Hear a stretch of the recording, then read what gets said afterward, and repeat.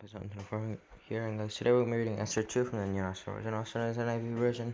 If you guys don't want to go to long, yes, can you go to classicbibleav.com, or you guys can go to go get your Bible and link here. He's going to do it. Let's get started.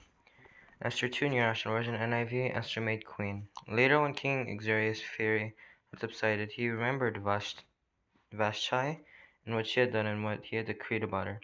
And the king's personal attendants proposed, let a search be made for beautiful young virgins for the king. Let the king appoint commissioners in every province of his realm to bring all these beautiful young women into the harem at the citadel of Susa.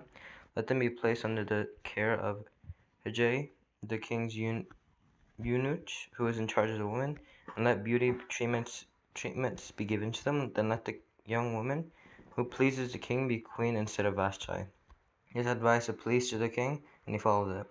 Now there was in the citadel of Susa a Jew of the tribe of Benjamin named Mordecai, son of Jair, the son of Shimei, the son of Kish, who had been carried into exile from Jerusalem by Nebuchadnezzar, king of Babylon.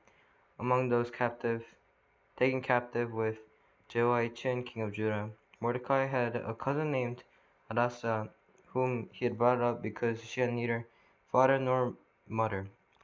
His young woman, who was also known as Esther, had a lovely figure and was beautiful. Mordecai had taken her as his own daughter when her father and mother died. When the king's order and edict had been proclaimed, many young women were brought to the citadel of Susa and put under the care of Hajj. Esther also was taken to the king's palace and entrusted in Hajj, who had charge of the harem. She pleased him and won his favor. Immediately he provided her with her beauty treatments and special food. He assigned to her 7 female attendants selected from the king's palace, and moved her and her attendants into the best place in the harem. Esther had not revealed her nationality and family background, because Mordecai had forbidden her to do so. Every day he walked back and forth near the courtyard of the harem to find out how Esther was and what was happening to her. Before a young woman's term came to go into King Xerxes, she has to complete 12 months of beauty treatments, prescribed for the woman 6 months of oil of myrrh and 6 of perfumes and cosmetics.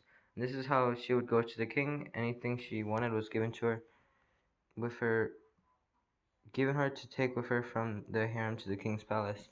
In the evening she would go there, and in the morning return to another part of the harem to the care of Shashgaz, the king's eunuch, who was in charge of the concubines.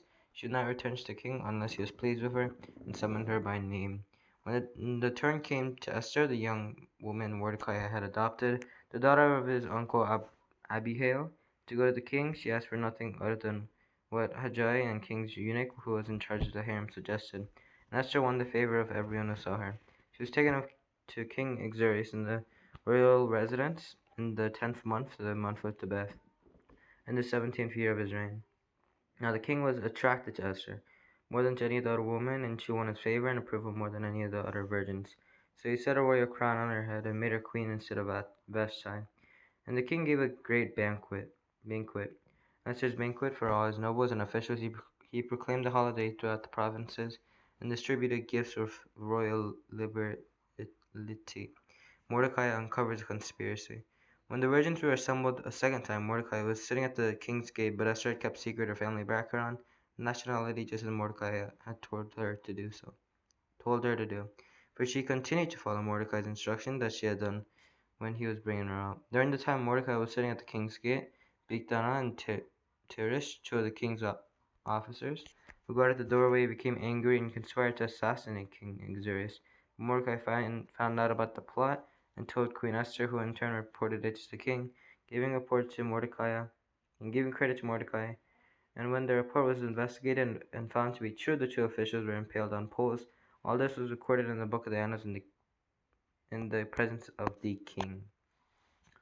Okay guys, I really hope that you enjoyed. Make sure to subscribe, make sure to click the like button, make sure to click the bell to be notified when I post. I really hope that you enjoy, and I'll see you next time. Bye.